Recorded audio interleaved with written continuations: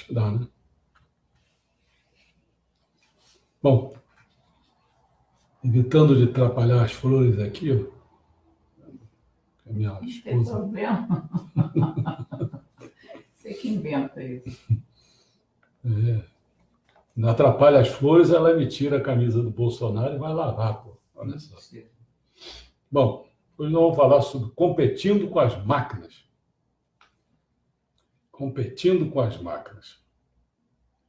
E os habitantes da terra da abundância têm razões de sobra para temer por seus empregos também, com desenvolvimento em alta velocidade de robôs capazes de ler, falar, escrever e, o mais importante, calcular.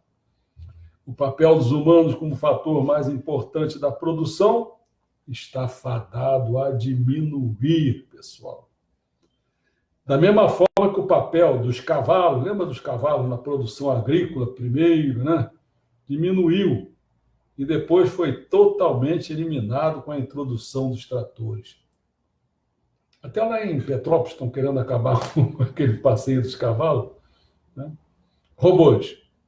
Eles se tornaram o argumento mais forte a favor de uma jornada de trabalho semanal mais curta, e da renda básica universal. De fato, se a tendência atual continuar, só existe uma alternativa: desemprego estrutural e desigualdade crescente.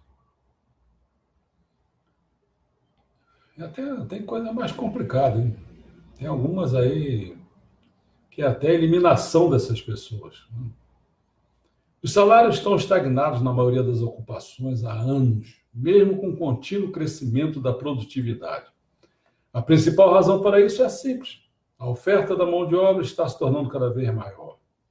Avanços tecnológicos estão colocando os habitantes da terra da abundância em competição direta com bilhões de trabalhadores por todo o mundo, além da competição com as máquinas em si. Vocês lembram que às vezes um trabalho é feito lá na Índia para baratear o custo, aí o cara que mora, sei lá, nos Estados Unidos, aí fica em situação desfavorável. Obviamente, pessoas não são cavalos. Há limites para o que se pode ensinar a um cavalo. Já as pessoas podem aprender e crescer muito. Então, injetamos mais dinheiro na educação e comemoramos a economia do conhecimento. Só um problema. Mesmo as pessoas com um pedaço de papel emoldurado na parede, um diploma, têm motivo para se preocupar. O chip e a caixa. Muita gente nem sabe o que seria essa caixa, mas vou falar devagarzinho, olha só. Da mesma forma que os transistores se tornaram unidade padrão de informação no fim dos anos 1950, a caixa são os contêineres, se tornaram a unidade padrão de transporte a partir daquela época. Uma caixa retangular de aço pode não parecer tão revolucionária quanto chips e computadores, mas pense nisto. Antes dos contêineres, produtos eram colocados um por um em navios, trens ou caminhões. Todo o tempo que se levava colocando e tirando cada pacote de um transporte para outro podia adicionar dias a cada fase da viagem. Eu fui da Maré Mercante, então percebi essas coisas, era incrível. Não era só essa questão do contêiner, não. Quando não tinha estrutura para ir lá em Belém, era para descarregar açúcar, né? Carregar açúcar de lá. E começa a chover, lá chove toda hora. E cadê? Tem que sair correndo para jogar lona em cima e tal. Então, essas épocas todas já foram bem ultrapassadas, né? Bom, em comparação, basta embarcar e desembarcar um contêiner de uma única vez. Para você ter ideia, em abril de 1956, o primeiro navio carregado de contêineres partiu de Nova York para Houston. 58 caixas foram desembarcadas em poucas horas. E um dia depois, o navio estava fazendo o caminho de volta, com outra carga completa. Antes da invenção da caixa de aço, os navios passavam 4 a 6 dias em cada porto, o equivalente a 50% do seu tempo. Poucos anos depois, passava apenas 10% do tempo parado. Veja o iPhone, por exemplo. É um milagre da tecnologia, certamente algo inconcebível se não fosse o chip e o contêiner. É um telefone construído a partir de peças feitas nos Estados Unidos, na Itália, em Taiwan, no Japão, montado na China, de onde é enviado para o mundo inteiro. Ou então a Nutella, essa pasta italiana de chocolate e avelã fabricada no Brasil, na Argentina, na Europa, na Austrália, na Rússia, com chocolate da Nigéria. Óleo de palma da Malásia, aromatizante da baunilha da China e açúcar do Brasil. Podemos estar vivendo na era do individualismo, mas nossas sociedades nunca estiveram mais dependentes umas das outras. Essa é a verdade. A grande questão é, quem está lucrando? Quem está lucrando? Inovações no Vale do Silício provocam demissões em massa em outros lugares dos Estados Unidos e do mundo. Pense nas lojas online como a Amazon. O surgimento dos vendedores online levou à perda de milhões de empregos nas lojas físicas. O economista britânico Alfredo Marshall já havia notado essa dinâmica no final do século XIX. Ele falava, quanto menor o mundo fica, menor o número de vencedores. Hoje, a desigualdade aumentou significativamente em quase todos os países desenvolvidos. Nos Estados Unidos, o abismo entre ricos e pobres já é maior que na época da Roma Antiga, cara. Uma economia baseada, que era uma economia baseada no trabalho escravo, e aumentou agora. Na Europa também é um contraste cada vez maior entre as classes altas e baixas. Até o Fórum Econômico Mundial, uma reunião de empresários políticos e grandes estrelas, descreveu essa desigualdade galopante como a maior ameaça à economia global. Como a gente vai acabar com isso? Cada vez ricos, menor quantidade, uma fortuna, que não tem nem o que fazer com isso tudo. Claro que tudo aconteceu muito rápido. Enquanto em 1964, cada uma das 4 maiores companhias americanas ainda tinha, em média, 430 mil funcionários, e em 2011, meus amigos, elas empregavam apenas 1/4 desse número, uns 800 funcionários apenas. Embora o valor das empresas já fosse o dobro daquela época,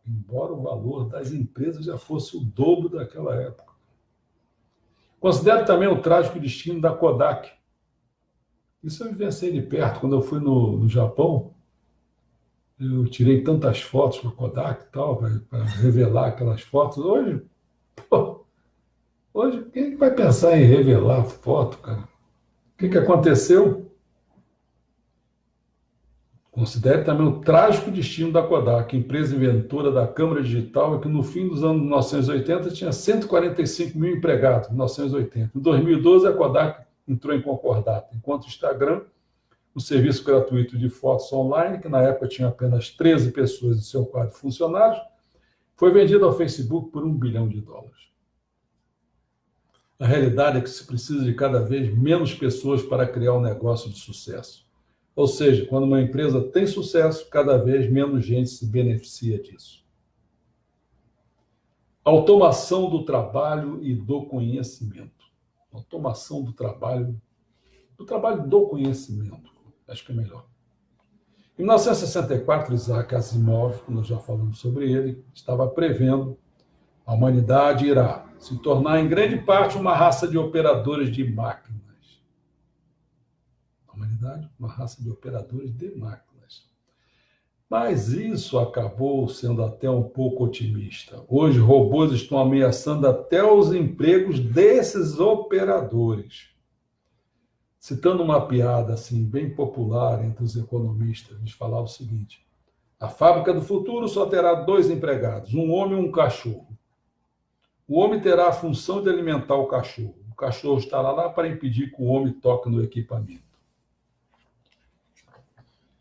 Agora não são apenas observadores de tendência no Vale do Silício e os tecnoprofetas que estão apreensivos. Pesquisadores da Universidade de Oxford estimam que pelo menos 47% dos empregos nos Estados Unidos e 54% da Europa correm alto risco de ser usurpado por máquinas. Quer dizer, a metade. Isso não acontecerá daqui a um século, mas dentro dos próximos 20 anos apenas. Pensaram nisso? Pensa nisso com cuidado, assim. Todos os empregos que tem aí, 50% vai embora. Essas pessoas todas trabalham naquilo, eles vão ter capacidade de se reinventar, como a minha esposa falou ontem. Não é só se reinventar, assim, não. Tem tempo mesmo. Quem é que vai dar oportunidade para o camarada para se preparar para isso? Ao longo do século XX, o aumento da produtividade e o crescimento do emprego ocorreram mais ou menos paralelamente ao longo do século XX. Havia assim, aumentava a produtividade e o crescimento do emprego corria mais ou menos paralelamente. Homens e máquinas marchavam assim lado a lado. Agora, quando entramos no novo século, robôs de repente aceleraram o passo. Isso começou por volta do ano 2000, com que dois economistas do MIT, né, chamaram de grande desacoplamento. É o grande paradoxo da nossa era, disse um deles. A produtividade está em nível recorde. A inovação nunca foi tão rápida e, mesmo assim, temos a renda média em queda e menos emprego. Você vê se quase ninguém toca nesse assunto, né? E as pessoas vão se desempregando e o pessoal pensa que é uma questão simplesmente uma má administração. Também é. Mas não é só isso não, meu amigo. Negócio a gente tem que enfrentar mesmo e a gente tem que dizer o que a gente quer. Não vai ficar esperando o que as pessoas que detêm o robô vão dizer para você o que eles querem. Eles querem que você morra. É igual aquele lá, que o pobre se exploda. Né? Aquele... Justo veríssimo. Justo veríssimo. Isso aí. Hoje, novos empregos estão concentrados principalmente na parte mais baixa da pirâmide, em supermercado, restaurante fast food e asilo de idosos. Esses empregos ainda estão mais ou menos seguros, por enquanto. Quando as pessoas ainda tinham importância. Em 1990, o tecnoprofeta Ray Kurzweil previu que um computador seria capaz até mesmo de vencer um mestre do xadrez no ano de 1998. O robô ia ganhar do mestre de xadrez. Em 1998. Ele estava errado. Um ano antes, em 1997, o Deep Blue derrotou a lenda do xadrez, Garry Kasparov. Em 2004, dois cientistas proeminentes escreveram um capítulo de livro sugestivamente intitulado Por que as pessoas ainda importam? O argumento deles: dirigir um carro era algo que nunca poderia ser automatizado. 6 anos depois, os carros robôs da Google já haviam percorrido mais de 1,5 milhão de quilômetros. Porém, vale a pena ter em mente que o poder da computação não é a mesma coisa que inteligência. Será que desta vez é diferente? A pergunta que vale $1 milhão é: o que devemos fazer então? Quais novos empregos o futuro irá trazer? E mais importante, vamos querer fazer esse novo tipo de trabalho? Embora as parcelas de vagas que exigem alta capacitação ou baixa capacitação tenham se mantido estáveis, empregos para capacitação média têm entrado em declínio. Aos poucos, a base de sustentação da democracia moderna, que era a classe média, está desmoronando. Algumas pessoas na nossa terra da abundância moderna chegam a ver completamente descartadas, embora sejam capacitadas e estejam dispostas a arregaçar as mangas. Assim como os cavalos de tração inglesa no início do século XX, elas não conseguem encontrar empregadores interessados em contratá-las por salário algum. A mão de obra asiática, africana, de robôs, sempre sai mais barata. E enquanto ainda é mais eficiente terceirizar para o exterior, utilizando o trabalho barato da Ásia e da África. No momento em que os salários de tecnologia desses países começaram a se aproximar dos que há nos países desenvolvidos, os robôs vão prevalecer por lá também. No fim, a terceirização para o exterior é apenas uma etapa. Vai ser vencida e não adianta não. A África também vai sofrer, a Ásia também vai sofrer. Com o tempo, até fábricas que exploram trabalhadores em péssimas condições no Vietnã e Bangladesh acabarão sendo automatizadas. Robôs não ficam doentes, não tiram folga e nunca reclamam.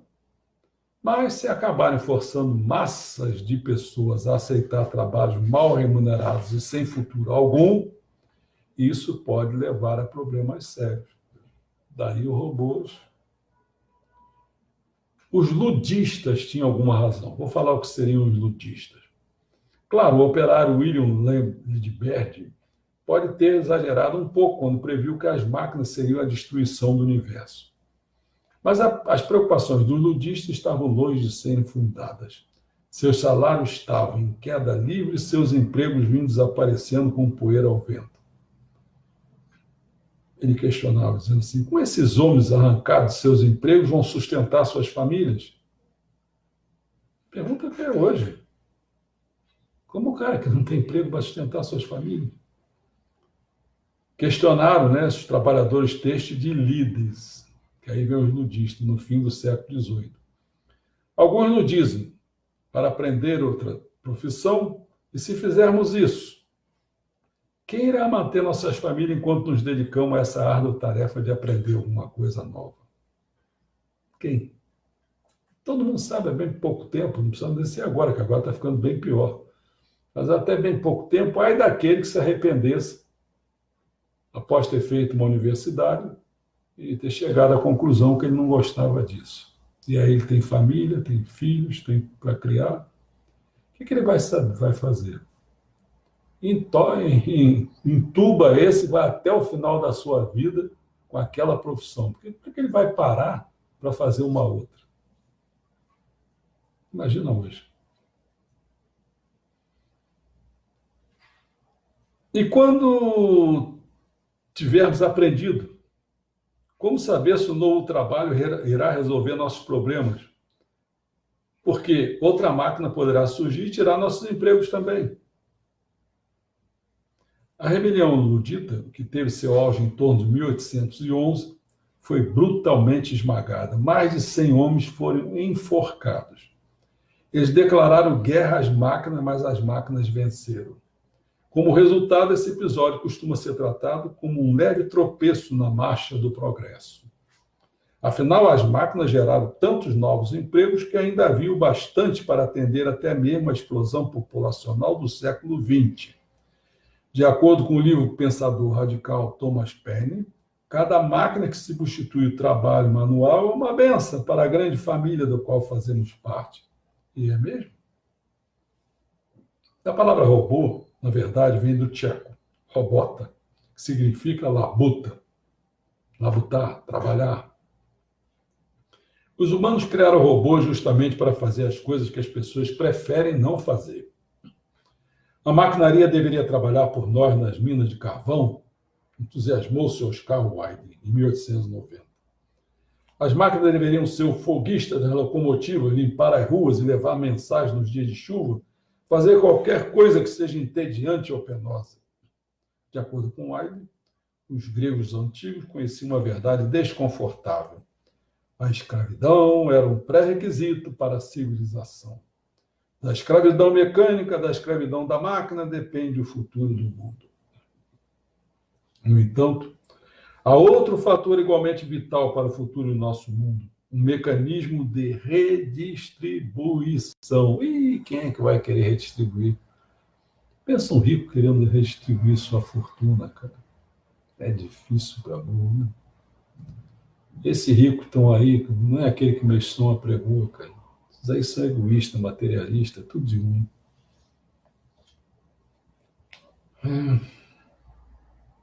Precisamos criar um sistema capaz de assegurar que todos se beneficiem dessa segunda era das máquinas. Um sistema que compensa os perdedores da mesma forma que os vencedores. Durante 200 anos, esse sistema foi um mercado de trabalho que incessantemente dava origem a novos empregos e assim distribuiu os frutos do progresso. Mas quanto tempo isso ainda vai durar? E se o temor dos luditas tivesse sido prematuro, porém profético? E se a maioria de nós estiver condenada a perder no longo prazo a corrida contra as máquinas? O que pode ser feito? Vamos falar sobre as soluções? Não muito. Não muitas soluções, de acordo com vários economistas. As tendências são claras. A desigualdade continuará a crescer e todos que não conseguirem aprender a fazer um trabalho impossível de ser substituído por máquinas serão descartados. Fazer os mais ricos se sentirem bem em todas as áreas da vida será uma grande fonte de crescimento do emprego do futuro. Viver para os ricos, escravizados, entre aspas, de outra forma. Embora as classes baixas possam ter acesso às novas comodidades, como energia solar barata e Wi-Fi gratuito, o contraste entre o padrão de vida delas e o dos ultra-ricos será maior do que nunca. Esse é um problema, que eu já falei, acho que alguma vez eu falei da pobreza relativa. Quando você vive num local, o cara tem um pouquinho mais do que você, tudo bem, você leva. Mas quando você vive num local que você tinha antes, você tem muito mais, mas porém, o que tinha um pouquinho mais do que você tem um montão, você vai sentir horrível. Por outro lado, podemos considerar a ideia do mestre xadrez holandês Jan-Hay Donner, quando questionado sobre qual seria a sua estratégia se tivesse que jogar contra o computador. Donner não titubeou. Eu levaria um martelo, dar uma porrada no computador e destruía ele. Qualquer um que queira continuar saboreando os frutos do progresso terá que surgir com uma solução mais radical. Assim como nós adaptamos a primeira era das máquinas por meio de uma revolução na educação e na assistência social, na primeira era das máquinas, por meio de uma revolução na educação e na assistência social, a segunda era das máquinas também exige medidas drásticas, medidas como uma jornada semanal de trabalho mais curta e a renda básica universal, lembra? Tem que soltar o dinheirinho para todo mundo poder viver.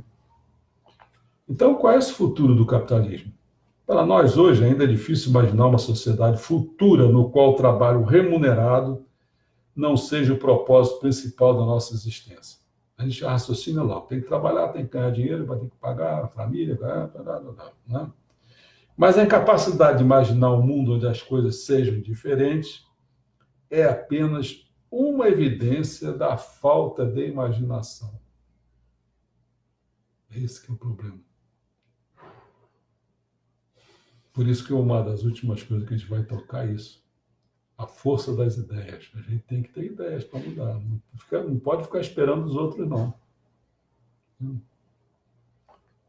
Mas a incapacidade, né, tal, nos anos 1950, por exemplo, não podiam conceber que o surgimento das geladeiras, dos aspiradores de pó e, acima de tudo, das máquinas de lavar cooperaria para que as mulheres entrassem no mercado de trabalho em número recorde. Mesmo assim, foi o que aconteceu. No entanto, não é a tecnologia em si que determina o curso da história. No fim, somos nós, humanos, que decidimos como dar forma ao nosso destino. O cenário de desigualdade radical que se desenha no mundo não é a única opção. Isso é que nós temos que ficar claro. Isso que está sendo desenhado, essas perspectivas, essas coisas todas. Sabe quem faz esses desenhos, essas coisas todas? São os caras que são pagos pelos ricos. Aí esses camaradas, às vezes, ganham dinheiro, não produz porcaria nenhuma, fica imaginando uma coisa para o rico e a gente fica entrando nessa, achando que aquele desenho ali é o futuro. Não, cara, não é nada do futuro, não. A gente tem que tomar a rédea do poder. Você vê no Brasil, você entregou o poder, os representantes são o quê? Legislativo, indiretamente aquele do Supremo Tribunal Federal, Poder Legislativo e Judiciário, não sei o quê. Esses caras é que vão mandar na gente. Isso é que é democracia. Nós temos que exercer a democracia direta. Esses representantes, se eles não forem, não houver em cima dele uma coerção social, então o que se faz? Está na cara. Bolsonaro, referendos e plebiscitos, direto. Não tem que ficar prestando atenção. Eles vão decidir, eles vão querer tomar lá da cá, vai ficar essa porcaria o tempo todo. E o Supremo agora virou, eu até escrevi hoje. Pô, cara, fica esse pessoal, agora vamos lembrar 50 anos do AI-5, não sei o quê e tal. Tudo bem, naquele tempo eram os generais, coronel, dava um bordoada para tudo quanto é lado e tal. E agora, quem é que está mandando aí com esse autoritarismo todo, se não é o Supremo Tribunal Federal, se não é o Lewandowski falando da ordem de prisão? Eles são intocáveis. Acaba com isso, cara. Democracia direta. É isso que a gente tem que lutar por isso. Não tem que Não ficar. precisa de intermediário, né? É Não, o povo e não é o governo. representação. Ele não pode ser nosso representante. Eles Não, não não têm tá. condições de ser nosso representante. Eu botei hoje também escrito, peraí, pô, o povo alagoano, vai a merda, cara. Pô, votar no Renan, cara. É. Pô, tem merda na cabeça, cara. Não sei que povo desgraçado esse do Nordeste, cara. Não é Aí o todo pessoal mundo. fica, não é todo mundo, mas esse porcaria, como é que vota no Renan? Pô, o que é que ele faz para você? Dá um dinheirinho, dá R$ 50, é isso, pô? Puta, nem me escuto também, pô. Deve estar lá tocando sanfona, qual é que porra que é que fica falando. Ah, meu Deus. Assim, até já me perdi aqui. Bom, estava falando sobre o futuro do capitalismo, né? É,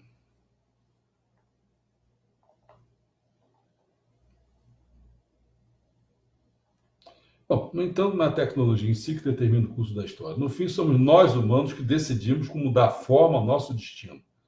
O cenário de desigualdade radical que se desenha no mundo não é a única opção, não é a única opção, não é a única opção.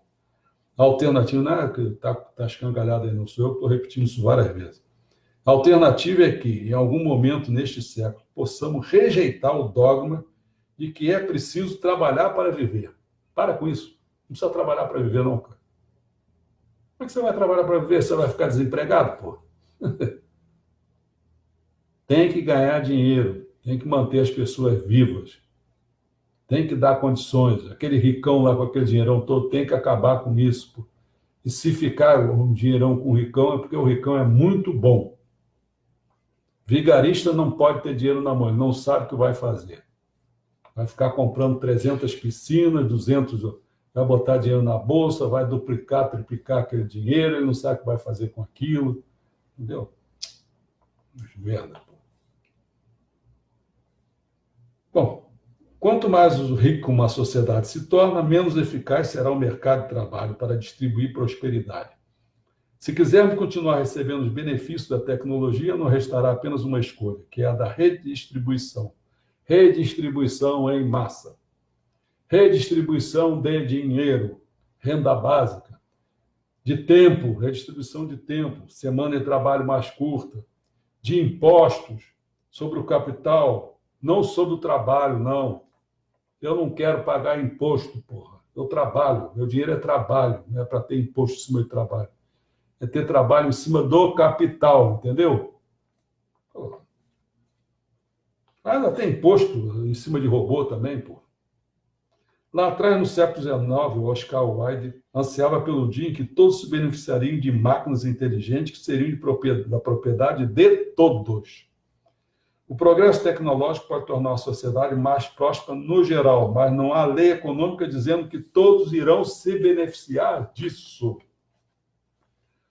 A não ser que surja um novo crescimento forte e inclusivo, que eu acho muito pouco provável, uma taxação mais alta do capital, tão improvável quanto o primeiro, ou uma terceira guerra mundial, esperemos que não, a desigualdade poderá crescer em proporções assustadoras outra vez. Todas as opções padrão, mais escolaridade, regulamentos, austeridade, terão efeito pouco significativo. No fim, a única solução é uma taxação progressiva da riqueza. Muita gente diz que não, mas é a taxação da riqueza. Isso, embora a gente possa achar que é uma utopia útil, né? Mesmo assim, o futuro não está decidido. Por toda a história, a marcha em direção à igualdade. Por toda a história, a marcha em direção à igualdade sempre foi profundamente política. Se uma lei de progresso comum não conseguisse manifestar por conta própria, não há nada que nos impeça de decretá-la por nós mesmos. De fato, a ausência de tal lei pode colocar em perigo o próprio livre mercado. Ou seja, sabe o que a gente precisa? Precisamos salvar o capitalismo dos capitalistas, cara. Tem que salvar eles deles mesmo. Esse paradoxo é perfeitamente resumido em uma conversa ocorrida nos anos 1960, quando o neto de Henry Ford mostrou a nova fábrica toda automatizada da empresa ao líder sindical. O empresário perguntou, brincando, né? O nome dele era Walter, esse sindicalista, não líder sindical. Walter, como é que você vai fazer com que esses robôs paguem as mensalidades do sindicato? Sem titubear, o Walter respondeu: Ei, como é que você vai fazer com que eles comprem seus carros? Entendeu? Vocês estão sentindo que a gente precisa tomar conta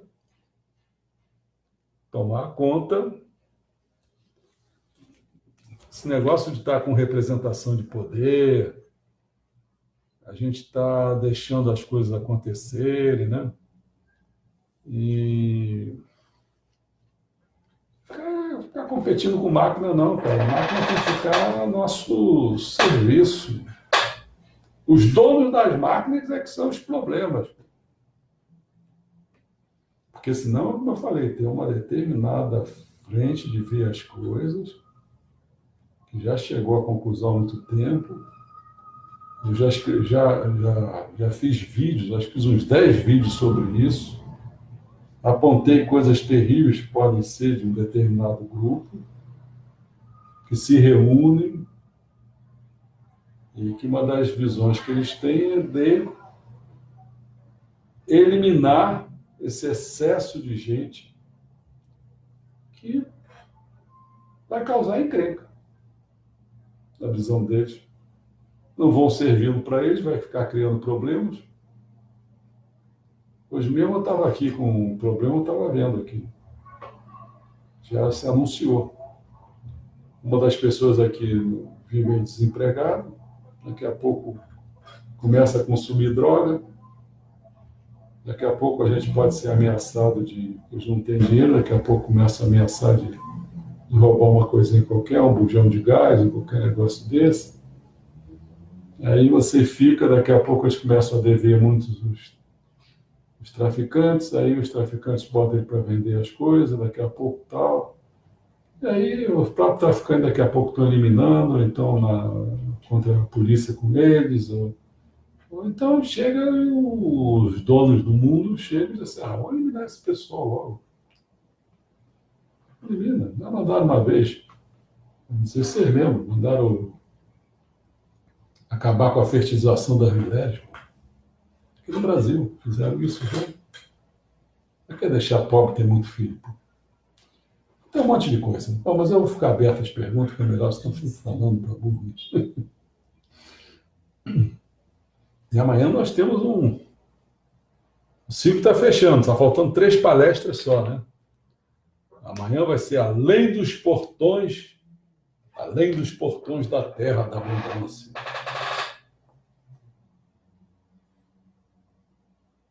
Estou preparando de novo o manual para dizer como é que vai ser.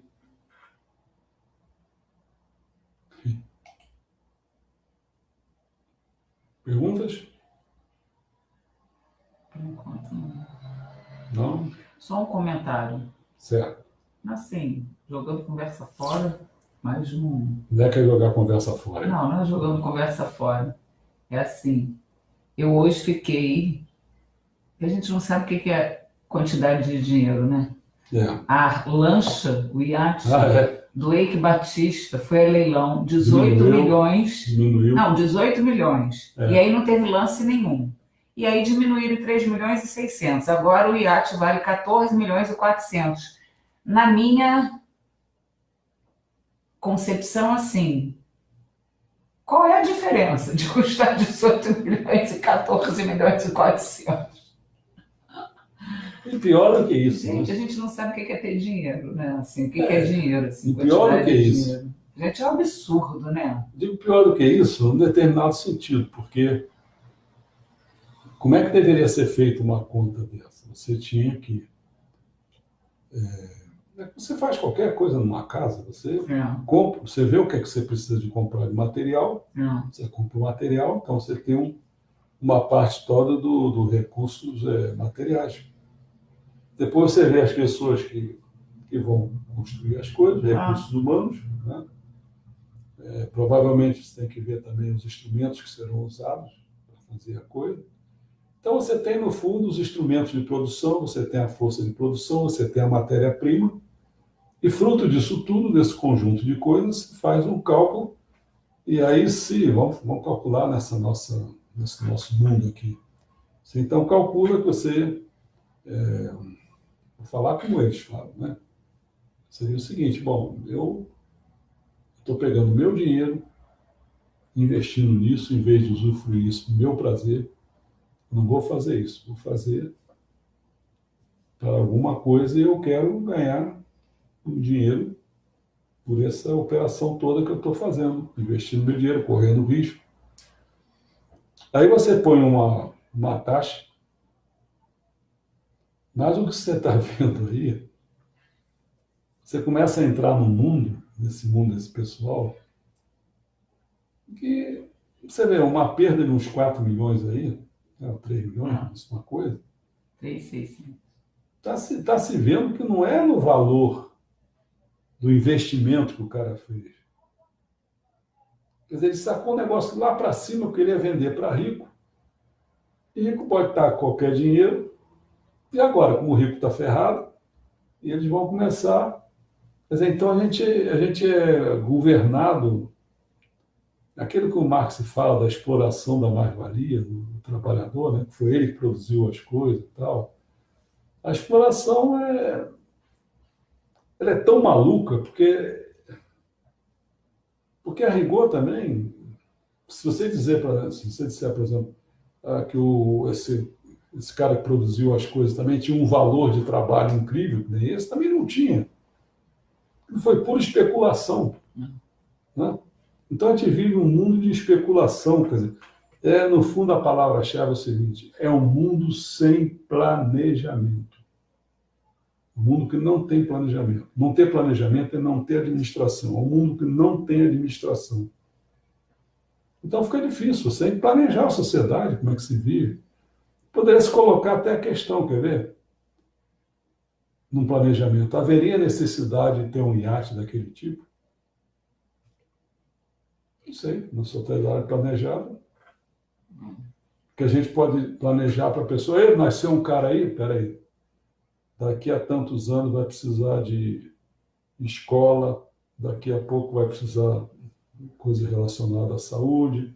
Aí o cara começa a planejar, né? Quer dizer, vai precisar morar, vai precisar... Isso. Né? Aí os planejamentos nascem em função das coisas que existem. Mas não, o rico toma o cenário todo. Vai precisar ter uma vida saudável, tem que ter alguma coisa no entorno das moradias para proporcionar vida saudável para a pessoa. Na minha cabeça também estou esquecendo as coisas. Eu vi agora Olha o João. Comprar iate de 20 milhões com dinheiro dos outros é mole. O meu, o seu, o nosso, né? Eu já me lembro agora, que eu estava tentando me lembrar o que era. Pô, quando mostraram aquela lei Rouanet, aquelas pessoas todas, quantas coisas poderiam fazer com aquele dinheiro? Pelo que eu soube, eu não sei direito, mas parece que a cifra era enorme do Roberto Carlos para fazer aquele showzinho. Dos iates. Foi eu que te falei que me mandaram para usar. 150 milhões. 150 milhões. 150 milhões para o Roberto Carlos dar um showzinho. Peraí, cara. Pô, vai ralar, meu amigo. Vai ralar. Nem precisa ralar mais, deve estar rico. Entendeu? E agora a gente que vai sustentar isso, em vez de fazer, não dá pé. Mas, não passa régua. Só o João fez esse comentário. Então vamos passar régua amanhã. A Pedro está entrando agora. Boa noite. Boa noite. Não sei se o Pedro tem alguma pergunta, se ele estava acompanhando. Se não está acompanhando, vai ser difícil. Não sei. Ele deu boa noite agora. A gente está terminando. Bom, tudo bem. Então, se quiser fazer pergunta amanhã, também faz. Consideração. Sei que amanhã a gente vai abordar esse tema aqui, que é da terra da abundância, hein? Além da... Estou esquecendo a palavra aqui. Além dos portões da terra da abundância. Vamos nós aí, hein? Bom, Bolsonaro na cara já Chegou agora o Pedro. Tiraram o meu uniforme. O Pedro Carlos chegou agora. Que pena, Pedro. Mas ele vê depois, né? E depois. Acabaram com o meu uniforme. Me deram um uniforme, quero botar aqui um luto aqui. Duas continências. Duas continências aqui. Até amanhã, se Deus quiser. Vai memorável. assistir.